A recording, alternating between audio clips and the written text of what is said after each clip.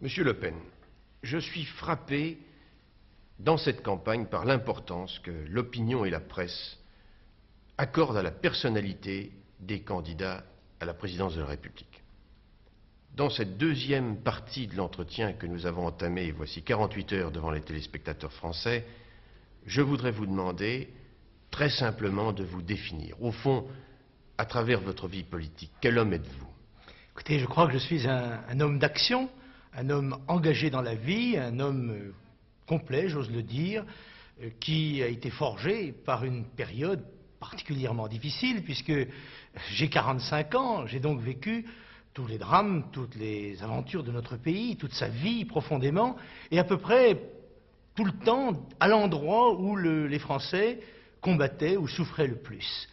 Je suis né en Bretagne, qui est déjà une terre de contraste, une terre de combat, puisque c'est la lutte permanente de la mer et du vent contre la terre, parce que aussi c'était une période difficile, avant l'entre-deux-guerres. Je suis né dans une famille qui n'était pas riche, et la vie n'était pas très facile. J'ai donc été modelé assez rapidement, je crois, à éprouver dans le bon sens, dans le sens du laboratoire du terme, éprouvé par la vie, et je pense que depuis, j'ai contribué à renforcer ma détermination, mon jugement, et je pense que je suis un homme assez équilibré.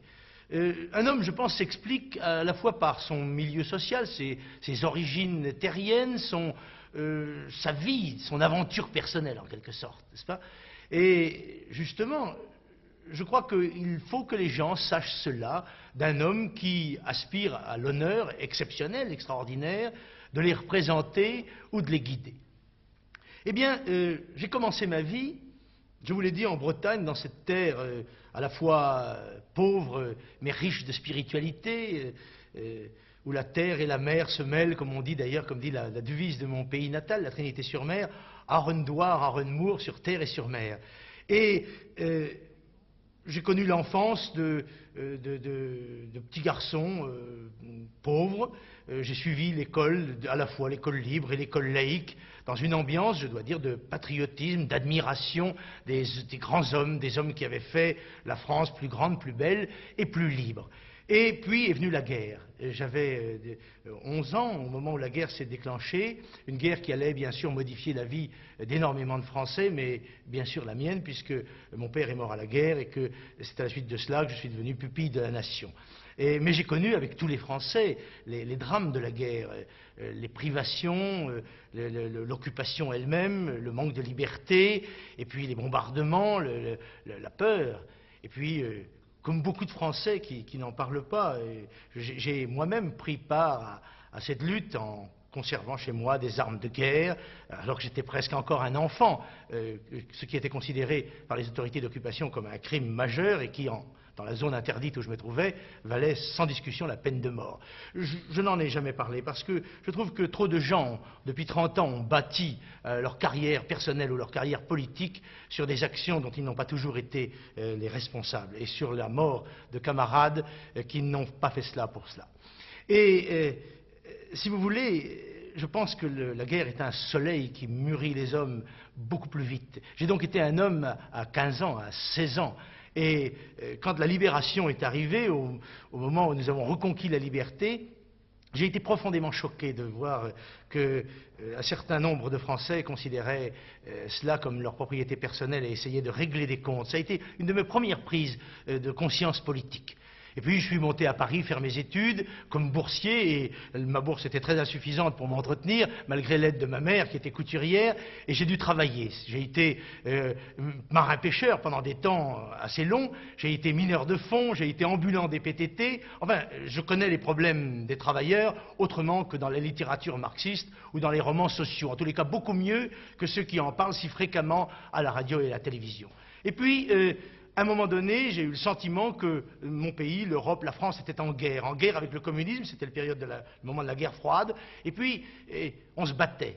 Des Français se battaient, très loin, à 18 000 kilomètres de chez nous. dans des conditions épouvantables. Il menait une guerre qui était ignorée du pays, ignorée des Français, avec un gouvernement qui les y avait engagés, mais qui ne les soutenait pas, et poignardé dans le dos par l'action du Parti communiste, dont je rappelle qu'il allait jusqu'à jeter les blessés qui revenaient d'Indochine hors des trains qui les transportaient.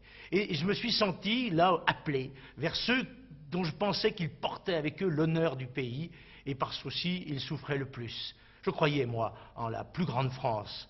Et eh bien, j'ai mis mes actes en conformité avec ma pensée. J'ai quitté le doctorat de sciences économiques que je faisais et je me suis engagé au 1er bataillon étranger de parachutistes où j'ai servi comme sous-lieutenant. Je suis allé en Indochine. Et dois-je rappeler aux Français qu'il y aura dans 10 jours 20 ans que dans la cuvette de Dien Bien Phu, quelques milliers d'hommes qui gardaient l'honneur et le drapeau sont morts ou ont été contraints à la capitulation. Je voudrais que cet avertissement qui fut donné dans notre histoire ne soit pas complètement oublié, car la suite des événements allait prouver qu'il était ô combien nécessaire.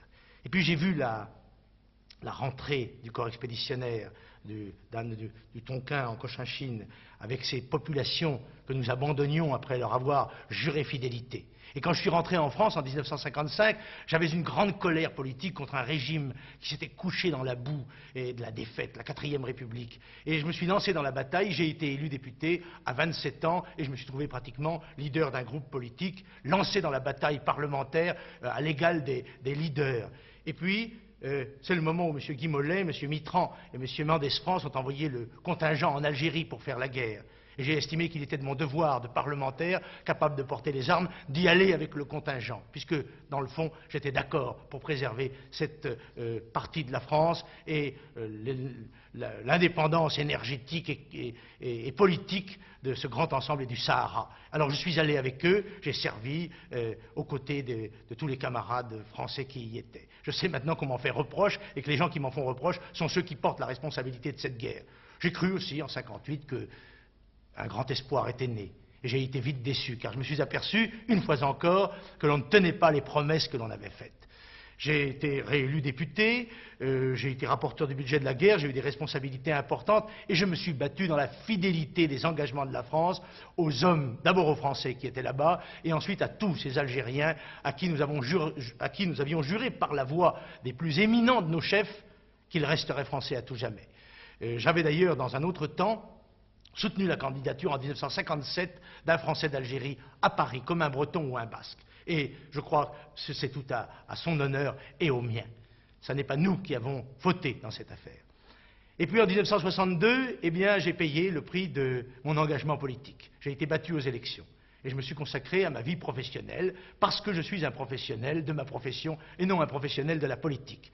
Et je dirige une maison de disques et mon travail me permet de nourrir une famille très unie et très heureuse, je dois le dire. Dieu merci, j'ai une femme qui est une Landaise, j'ai 3 enfants, 3 filles, et je ne suis revenu à la politique qu'en 1972, que parce que j'ai senti que vraiment ça allait très mal et qu'il fallait que les Français comme moi reviennent à la vie politique pour dire au pays la vérité qu'on lui cache, et pour essayer de lui proposer des solutions susceptibles de l'unifier et de faire face à une crise que tout le monde sent extrêmement proche et que personne n'ose affronter. Or, moi je dis que le premier devoir d'un homme politique, d'un homme public, c'est de dire la vérité aux Français. Ça n'est pas d'essayer de capter sa confiance, mais au contraire de lui indiquer la voie, même si elle doit être dure, même si elle doit être difficile, la voie du salut. Et ça, je crois que mon programme de salut public est celui que propose le Front National et la droite sociale, populaire et nationale. Eh bien, c'est cela l'avenir de la France,